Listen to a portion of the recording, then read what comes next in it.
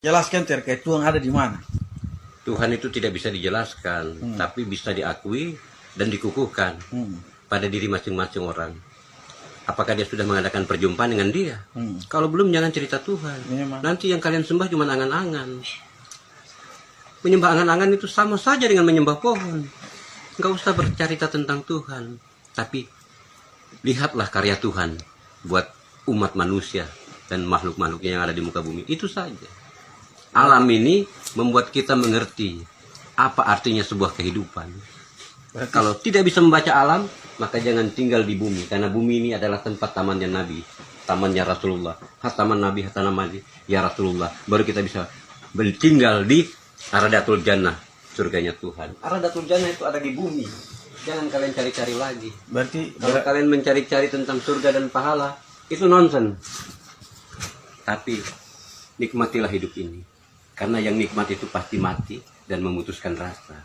Setiap nikmat pasti, kata dasarnya mati, menikmati. Nah, itu. Yang enak-enak itu pasti mati. berarti akhiran kata dari menikmati itu mati. Mati. Kalau belum pernah merasakan mati, jangan cerita tentang hidup.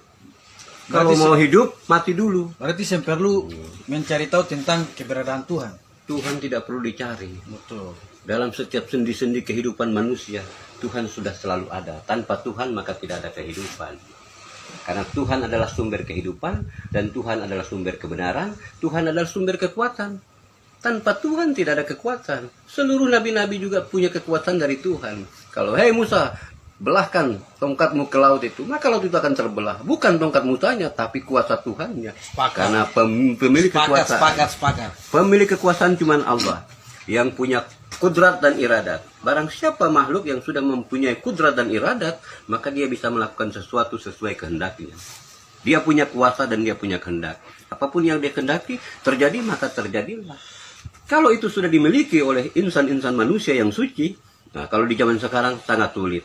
Walaupun kiai, ulama-ulama besar juga sulit mendapatkan itu karena mereka sudah terpengaruhi oleh berbagai macam teknologi, ya kan? Mereka sudah tidak bisa membaca lagi tentang keadaan alam ini. Kalau dulu tanpa teknologi, bintang sudah menjadi mata pelajaran buat mereka. Pasang surutnya air laut sudah bisa menentukan. Panas teriknya musim hujan atau segala macam. Itu bisa ditentukan dari pasang surutnya air laut. Tidak perlu lagi mereka membuka aritmatika atau fisika segala macam. Kepastian ada dalam dirinya dan Tuhan. Siapa yang mengenal Tuhan, maka dia akan memiliki kepastian hidupnya. Tanpa mengenal Tuhan, tidak akan pernah. Dan Tuhan itu siapa sebenarnya? Cari tahu itu Tuhan itu siapa. Kalau kamu bisa bertemu dengan Tuhan, maka selesailah riwayat. Tidak ada lagi kitab-kitab yang akan dimunculkan dalam dirimu. Karena kitab yang asli adalah dirimu sendiri. Itu adalah kitabmu.